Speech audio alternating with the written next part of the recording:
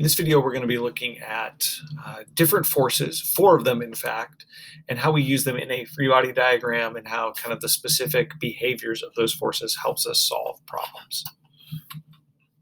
Specifically, we're going to call them sort of force rules, free body diagrams, and then balance the forces in the first law.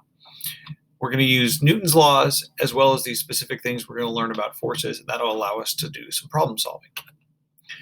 The 4 forces we're going to focus on here are the weight, sometimes given a capital W, usually Fg for force of gravity, the normal force, the tension force, and the applied force.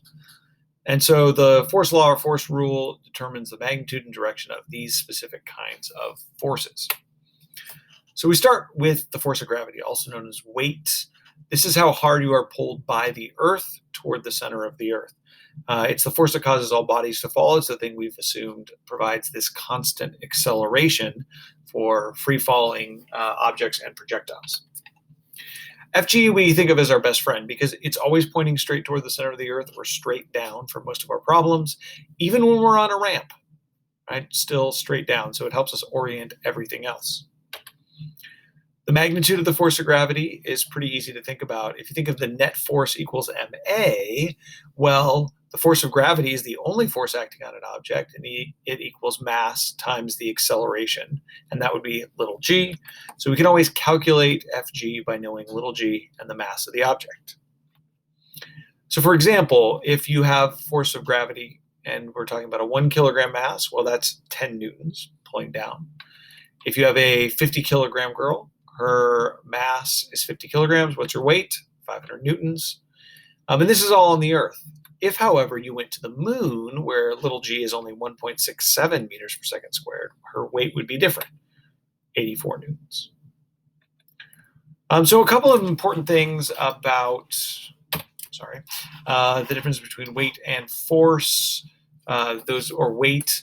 Weight is a force. Fg is not the mass. Weight depends on little g. If you know little m, you can always get Fg and vice versa. So if I told you it was a 10 Newton mass, you would say, oh, well, that's the weight of the mass. It must be a 1 kilogram mass. Fg always points straight down, the best starting point when drawing a free body diagram. So now let's look at this a little bit further. If you have a 1 kilogram mass sitting on a table, we can ask ourselves some questions. What object do I care about when I'm solving a problem? Is this a first or second law situation? And what forces act on the object? And we'll keep using that phrasing. What forces act on the object?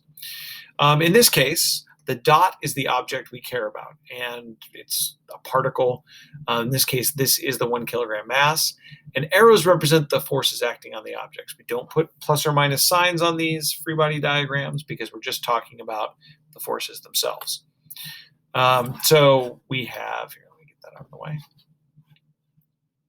We have the force of gravity, 10 newtons down, right? Are we done? Well, we know it's at rest, so the net force should be 0, and that does not look like a net force of 0. That looks like a net force of 10 newtons down.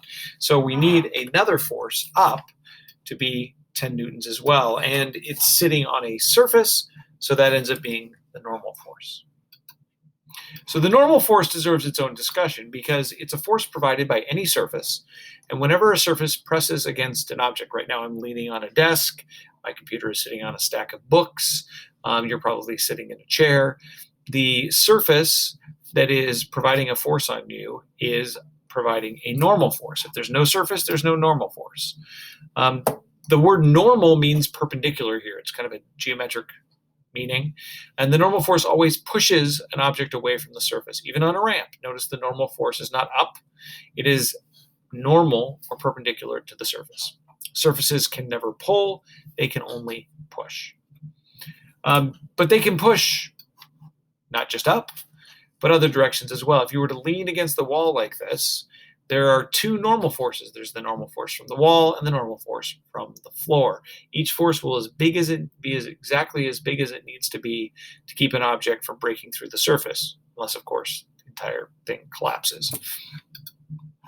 The other force worth mentioning here is tension. Similarly, tension doesn't have a specific calculated value, but it's always supplied by a rope, a string, a cable, that kind of thing. What forces act on this 1 kilogram mass? Well, the force of gravity must be pulling down. And since the only other force on it is a tension, a string pulling up, that must also be 10 newtons. If there's no string, there's no force of tension. Just like if there's no surface, there's no force or normal force. The tension force always pulls, so the opposite of normal.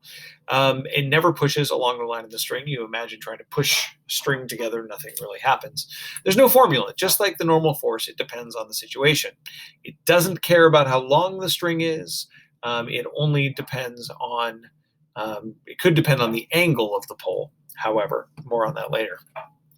The last one to talk about is an applied force. If it's a person, an animal, or an object that we're not quite sure about yet, exerts a force, we call that an applied force.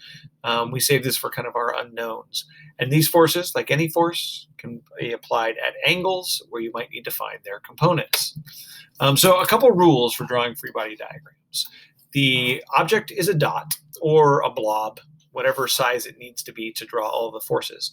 Every force that acts on the object should be there to scale if at all possible. So the biggest force should be the longest, the smallest force the shortest. With the tail of the force vector is on the dot and the arrowhead points away. The vectors never curve, they never angle, bend, across each other. They're always going to be coming out from that dot. When in doubt, make the dot bigger if you need it. Don't put positive and negative signs on the free body diagram. The arrows are indicating the direction, and we don't put the normal force. I'm sorry, not the normal force. We don't put the net force on the free body diagram because it is the sum of all those individual physical forces. Let's see what else. This is kind of the last bit here.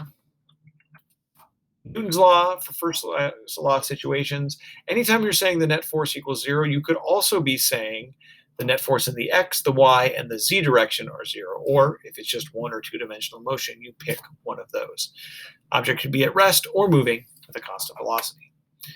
Another important thing, every force has a source. If you can't identify a force, you probably invented it. That means it doesn't exist. Almost always.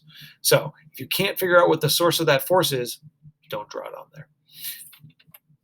All right, so that's it with this introduction to free body diagrams and forces. We'll talk more about problem solving later.